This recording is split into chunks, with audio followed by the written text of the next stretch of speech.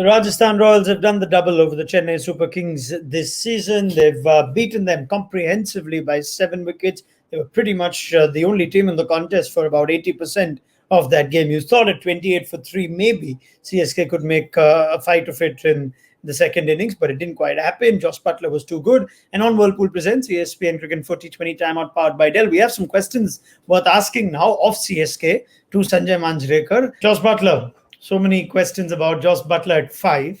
But whether it's the wrong move with the right result, because I know where you stand on this. What an innings. It was due, perhaps, the best of Butler after 28 for 3 when Steve Smith couldn't buy a run in the middle while Butler was out there. How good was that? I just want to indulge in something, because I was thinking about it before the show began. We used to have, Dilip Sardesai, the famous former India cricketer. He used to be a selector at the under-19 level, and we used to have these open trials when people used to just come and hopefully, get selected for Mumbai under-19 or under-15. So they would bat in the nets for a few balls, and then Dilip Sardesai would, take them to the next stage of selection. Had he seen Steve Smith bat the way he was doing against Chahar, he would have said, out, out, out, because that was what Dilip Sardesai was all about. He just needed to see 3-4 balls, and if you played those with a straight bat properly, you got selected. So this is what Steve Smith is. I mean, he was struggling there at the start of the inning, but in the end, he was there not out with Butler. So this strong mind of Steve Smith is what makes him a great contemporary great. So he was there to make sure that there wasn't no royal mess from Rajasthan Royals in that run chase. And Butler is just a class act. I mean, he's now in an unfamiliar territory, but what an innings, just brilliant. Impact of Rajasthan's own leg spinners to keep CSK for what clearly was a below par score. Significant factor, you believe? 32 of 8 overs for Tewatia and Shreyas Gopal? Thanks to the two batsmen, actually, who faced them right through. They bowled well. They always bowl well. Tewatia has got this confidence now. Gopal is temperamentally a tough character, so he generally bowls well.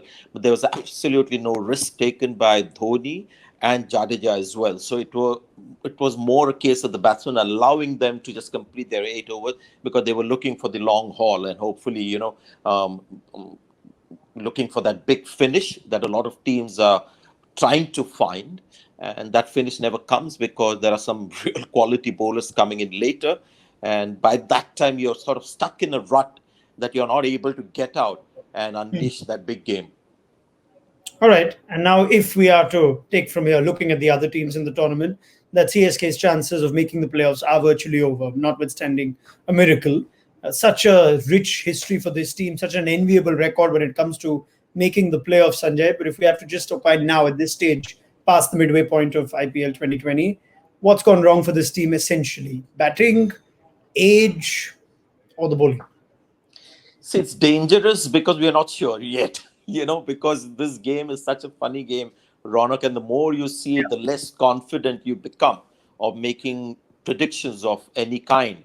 But if at all, they don't make the playoffs, it's something that most of us experts, when we did the preview, it's something that we worried about. I remember saying on record that it could be another playoff position for CSK, or it could be the worst season ever for them in the IPL, because they were again taking that big risk of playing players who were well past their prime. And, I compared it with captains who get a bowler on and he's bowled 3 good overs, but he's not really your main class bowler. But you think, maybe one more. Let's give him one more over. And he goes for 30 runs. And that's what I felt with CSK this season, whether they are stretching this a year too long, this tactic of aging players. And, Kedar Jadhav, you saw him in the field as well. They just looked really out of... out of top sort of form and fitness and so many things. So if that happens, if they don't make the playoffs and have the worst ever IPL season, it's about taking that tactic 1 year too far.